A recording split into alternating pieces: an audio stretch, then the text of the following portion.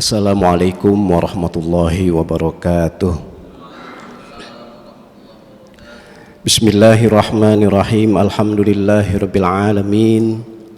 Wassalatu wassalamu ala sayyidina Muhammadin khatamil anbiya'i wa mursalin wa ala alihi wa sahbihi ajma'in. Rabbi shrah li sadri wa yassir li amri wahlul 'uqdatam min lisani yafqahu qawli wala haula wala quwwata illa billahil aliyil azim. Amma ba'du. Hadirin Bapak-bapak, saudara-saudara jamaah Masjid Jami Darul Ilmi yang berbahagia, dalam kesempatan ini, dan ini kebetulan biasanya hari Rebo Zohor, sekarang hari Selasa Zohor ya. Oleh karena itu mudah-mudahan dengan kita banyak bersyukur, kita banyak mensyukuri nikmat-nikmat Allah, dengan harapan mudah-mudahan semua kenikmatan yang Allah sudah berikan kepada kita dapat dan mampu kita lakukan untuk perbuatan beribadah kepada Allah Subhanahu wa taala. Amin ya rabbal alamin. Baik Bapak-bapak, saudara-saudara, dalam kesempatan ini saya akan baca hadis yang ada dalam kitab Bulughul Maram. Kata Nabi kita Muhammad sallallahu alaihi wasallam, "Man syakka fi sholatih falyasjud sajdatain ba'dama yusallimu." Hadis ini disahihkan washahahu Ibnu Huzaimah. Jadi hadis Nabi ini disahihkan oleh Imam Ibnu Huzaimah. Berarti ini salah satu hadis bagian daripada hadis yang sahih. Kata Nabi, "Man syakka," siapa yang ragu-ragu, fi sholatihi, di dalam sholatnya, falyasjud, maka sujudlah, sajdatain, dua kali sujudan, ba'dama yusallimu, setelah mengucapkan salam. Dalam hadis di sini ada beberapa kesimpulan. Kesimpulan pertama, kata Nabi, man syakka, siapa yang ragu-ragu. Bapak-bapak, saudara-saudara, dalam istilah bahasa Arab ada syakka, ada nasya. Kalau syakka itu diartikan ragu-ragu. Tapi kalau nasya, nasyun ya, itu adalah lupa. Ternyata Nabi kita Muhammad SAW bilangnya syakka, ragu-ragu. Yang membedakan mutlak antara lupa dengan ragu begini. Kalau lupa itu ada perbuatan baik yang wajib maupun yang sunnah tapi nggak dikerjain. Artinya betul-betul nggak dikerjain. Selesai ibadah atau selesai melakukan perbuatan baik itu baru ingat. Itu namanya nasya, itu namanya nasyun, itu namanya lupa gitu.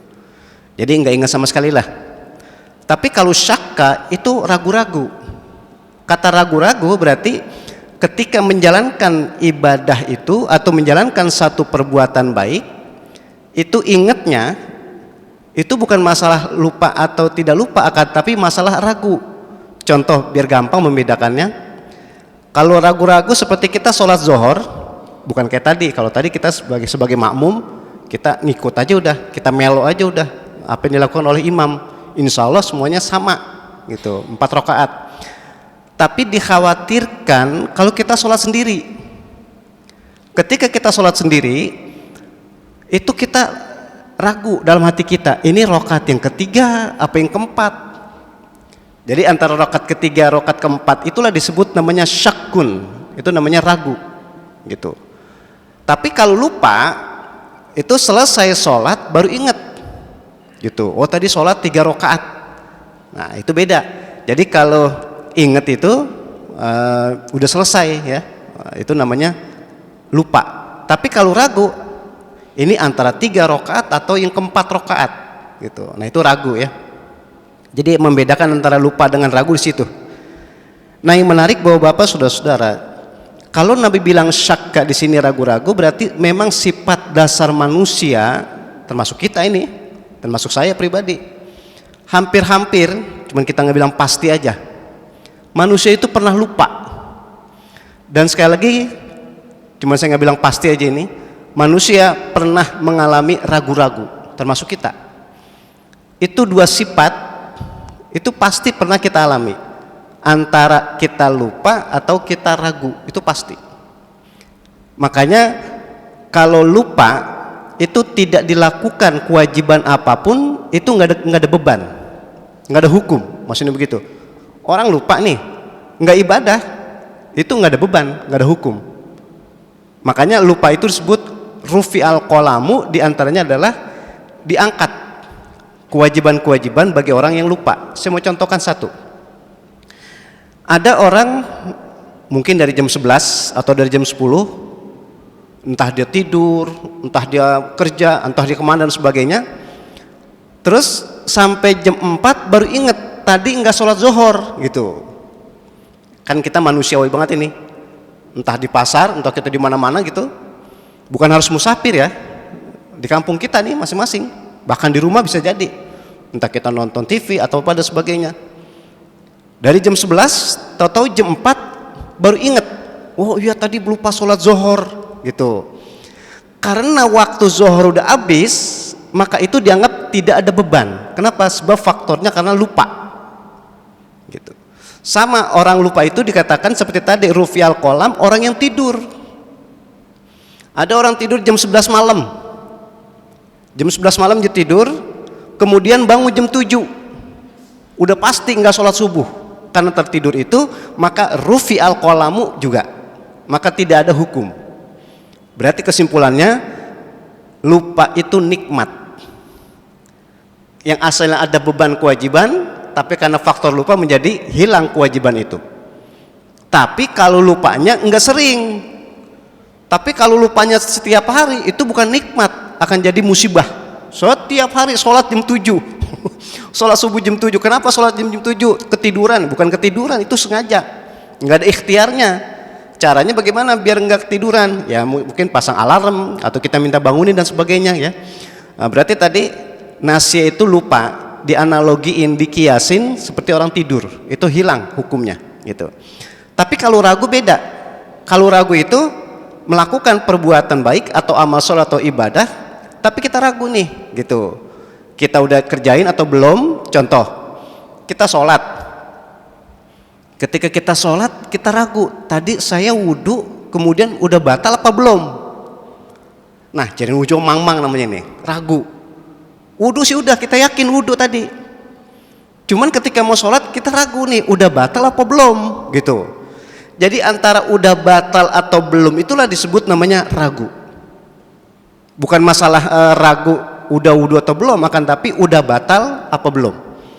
Nah disinilah kaidah usul fikih, pedoman cara ngaji ilmu usul fikih, al yakinu la yuzalu bisyak. Keyakinan itu bisa menghilangkan keraguan-raguan. Berarti apa? Kalau kita ragu antara kita wudhu tadi udah batal atau belum, kita harus punya keyakinan. Keyakinan kita kalau udah batal berarti batal udah. Tapi kalau keyakinan kita belum batal berarti belum batal. Jadi harus yakin. Jangan kita masa bodoh, udah terserah dah, udah batal kek enggak kek. Sholat aja ya enggak sah. Karena faktornya bukan lupa, akan tapi faktornya karena ragu. Sama bapak-bapak saudara-saudara, tadi kita sholat zuhur.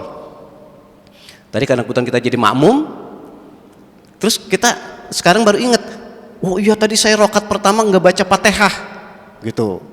Itu secara otomatis enggak sah sholat kita. Berarti harus jangan coba baleni apa diulang, karena ada satu rakaat yang tanpa baca Fatihah, padahal Fatihah itu rukun gitu. Itu disebut namanya kalau lupa. Tapi kalau ragu, pas selesai tadi ragu dah baca Fatihah apa enggak gitu. Kalau kita ragu harus dimantepin, wah saya yakin tadi belum baca Fatihah, berarti ulang sholatnya gitu. Tapi kalau ragu, kemudian tadi baca Fatihah apa enggak, baca Fatihah apa enggak, harus yakin, saya yakin tadi saya baca Fatihah, berarti sah sholatnya. Itu yang membedakan antara lupa dengan ragu-ragu. Nah menariknya kata Nabi, man syakka ini, siapa yang ragu-ragu. Emang kalau ngaji fikih banyak dicontohin nih bapak-bapak saudara-saudara. Satu contoh lagi biar gampang nih. Itu diantara yang menyebabkan batalnya wudhu kita, bahkan kalau lagi sholat itu menyebabkan batal sholat kita. Kalau kita lagi sholat kentut, sehingga ketika kita lagi sholat itu kentut, secara otomatis bukannya wudhunya aja yang batal, akan tapi sholatnya juga batal. Nah bagaimana kalau kita ragu, Nah, ini tadi saya maksudkan begitu.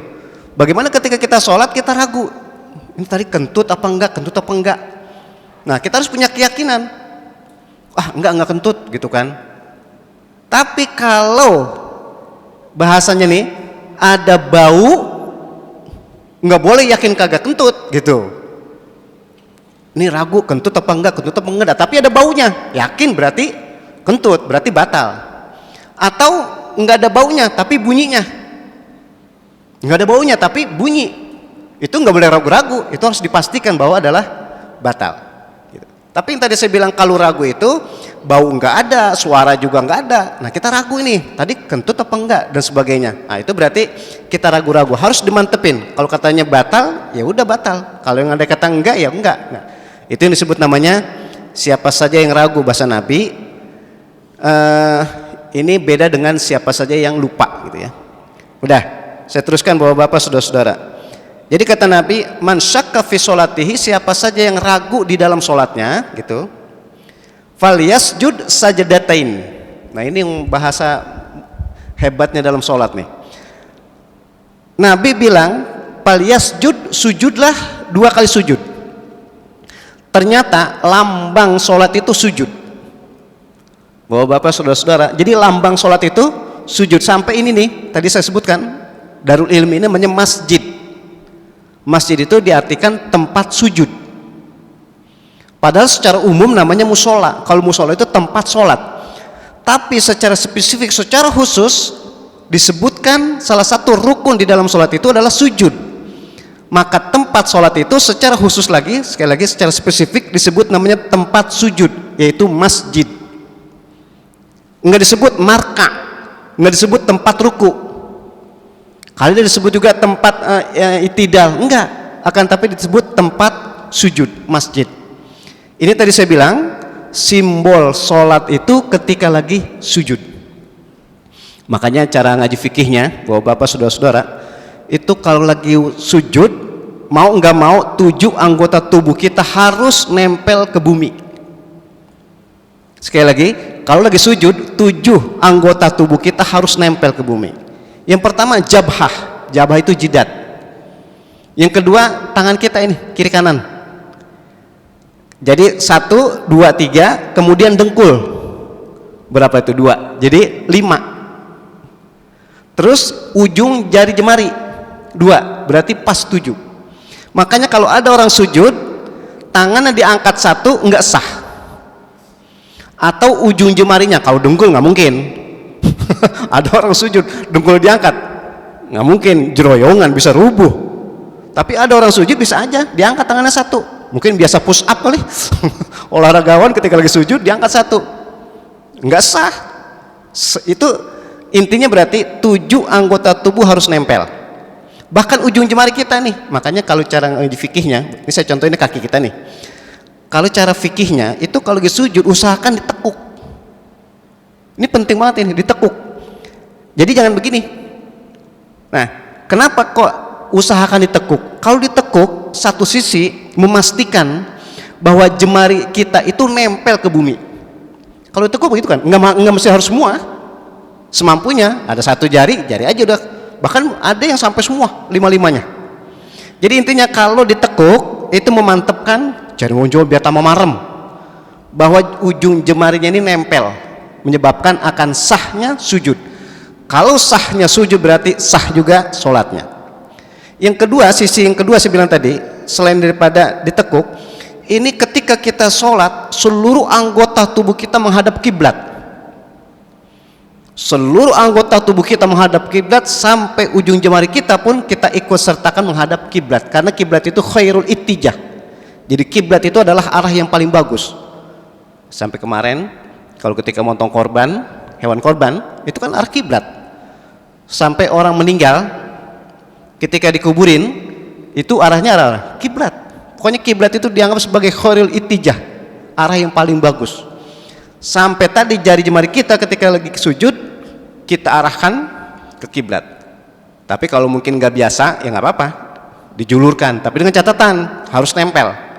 Nah ini disebut tadi 7 anggota tubuh itu harus nempel ke bumi. Berarti sujud itu sekali lagi sebagai simbol orang sholat. Saya mau analogin gini, bapak saudara-saudara, saya mau kiasin. Sujud itu simbolnya orang sholat, sama ketika orang haji itu simbolnya Arafah. Ini namanya kias, cara ngaji ilmu usul fikih ini. Orang ibadah haji, dia tawaf, dia sa'i dari Sofa ke Marwa, dia jumroh dan sebagainya di Mina, tapi enggak wukuf di Arafah, enggak sah hajinya. Atu aja tuh nggak dikerjain, wukuf nggak sah. Sehingga ini kita menarik nih, pemerintah kita dukung ya, kita apresiasi sekali nih. Itu jamaah haji Indonesia yang akan wukuf di Arafah, meskipun sakit itu difasilitasi. Meskipun sakit, bahkan saking disiapinnya itu adalah ambulan. Maksudnya apa? Biar status hajinya sah. Dan itu satu-satunya ibadah atau rukun pelaksanaan ibadah haji yang nggak bisa digantiin. Kalau yang lain bisa digantiin, jumroh bisa digantiin, ya, pokoknya bisa ditinggalkan lah gitu. Tapi kalau wukuf nggak bisa. Makanya meskipun sakit tetap dibawa ke Arafah. Kecuali kalau udah nggak normal, nggak sempurna akalnya. Kalau udah nggak sempurna akalnya, ya saya contohin apa, koma lah gitu ya. Karena udah nggak sempurna akalnya. Nah itu berarti tidak perlu dibawa ke Arafah. Tapi selagi masih normal akalnya, meskipun payah banget, meskipun lemah banget fisiknya, tetap dibawa. Sebab kalau nggak dibawa, ya itu tidak sah. Itu simbol tadi saya bilang, kalau Arafah itu simbol ibadah haji. Sama ketika sujud itu simbol ibadah sholat. Itulah yang menarik bapak-bapak saudara-saudara sekalian. Jadi ketika kita sujud itu 7 anggota tubuh harus nempel ke bumi. Sehingga kata Nabi, falyasjud sajadatain, kalau ada yang kita ragu, ada yang kita lupa di dalam praktek ibadah sholat, itu nanti kita sujud 2 kali. Yang terakhir, yang ketiga, kapan sujud 2 kali ini? Kata Nabi, ba'dama yusallimu. Cara ngaji hadis begini, bapak-bapak saudara-saudara, kita penting menyesuaikan, mengkorelasikan, menyambung hadis dengan hadis yang lain. Kalau hadis di sini Nabi bilang sujud sahwi itu, maksudnya faliyasjud sajadatain itu sujud sahwi.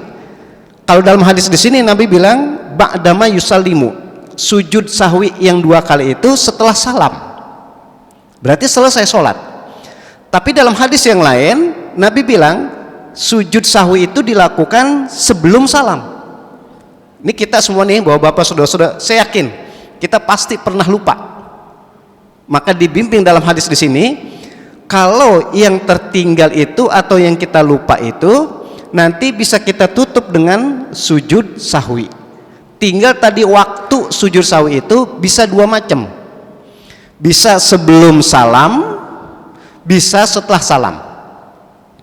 Nah berarti kapan kita bagusnya sujud, sebelum salam atau setelah salam? Disesuaikan kapan kita ingatnya, kapan kita mantepnya gitu.